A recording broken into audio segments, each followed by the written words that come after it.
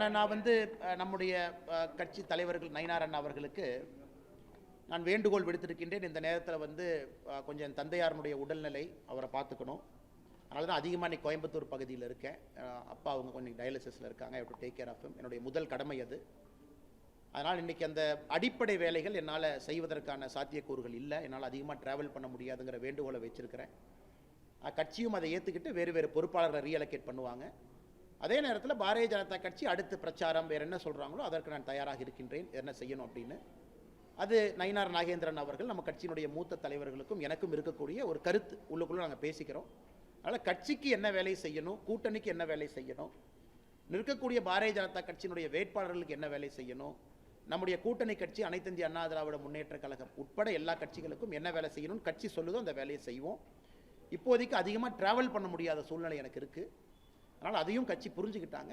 சம்மந்தப்பட்ட நேரத்தில் என்ன வேலை, தேர்தல் நிற்பதா இல்லையா, இதெல்லாம் செய்யணுமான்னு கட்சி சொல்லட்டுங்கன்னா அதுக்கப்புறம் நான் பேசுகிறேன்.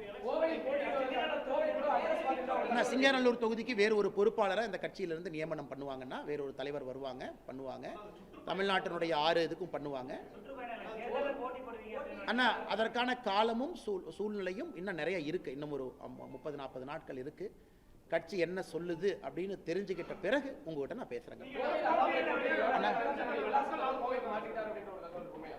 அண்ணா 2024 பாராளுமன்றத்தில் இங்கே நான் நின்றுருக்கேன். அப்போ கோவை மக்களுக்கு பதில் சொல்ல நான் கடமைப்பட்டிருக்கிறேன். மக்கள் வீட்டுக்கு ஒரு பெட்டிஷனோடு வந்தால் இங்கே நான் அவைலபிளாக இருக்கணும். அவங்க இல்லை நீங்கள் அங்கே வாங்க இங்கே வாங்கன்னு சொல்லக்கூடாது. அதற்கு ஒரு வீடு இருக்கணும். 2010 என்னுடைய மாமனாருடைய வீடு இங்கேருந்து அடுத்த தெருவில் இருக்குது. அங்கே தங்கிட்டு இருக்கேன். இன்றைக்கி நான் சொந்தமாக ஒரு வாடகை வீட்டில் தங்குறேன். மக்கள் பார்ப்பதற்கு ஒரு இடம் வேண்டும். அதனால் விலாசம் அது எங்கே இருக்கிறேன், சென்னையில் இருக்கேன், சென்னையும் போயிட்டுருக்கேன். கட்சியினுடைய பணி இன்றைக்கி அதிகமாக இந்த பகுதியில் இருக்கேன். காரணம் தந்தையாருடைய உடல்நிலை காரணமாக. அதனால் தேர்தலில் அடுத்து என்ன பண்ணுவீங்க, எங்கே நிற்பீங்க, இதை பண்ணுவீங்களா, அதை பண்ணுவீங்களா, டெல்லி போவீங்களா, இதை பண்ணுவீங்களா, எதுவுமே எனக்கு தெரியாது. கட்சி என்ன சொல்லுதோ அந்த நேரத்தில் உங்கள்கிட்ட நான் பேசுகிறேன்.